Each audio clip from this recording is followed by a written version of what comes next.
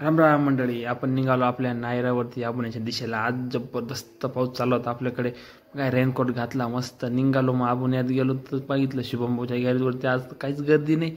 बघू ती गॅरेज एक नंबर काम करतो आबुण्याला. आज काय शुक्रवार, आज जागतिक आदिवासी दिनामुळे लई गर्दी.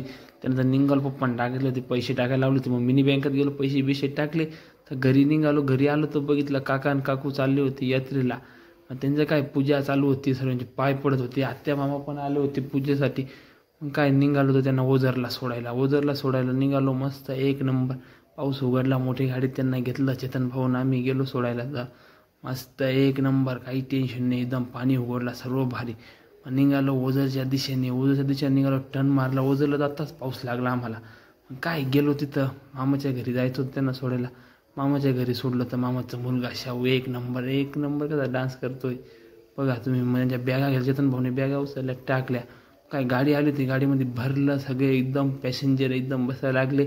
त्यानंतर मग त्यांना काय आता करायचं आहे टाटा बाय बाय. त्यांच्यासाठी एकदम हॅप्पी जर्नी, एकदम सुखरूप जा सुखरूप या, एक नंबर.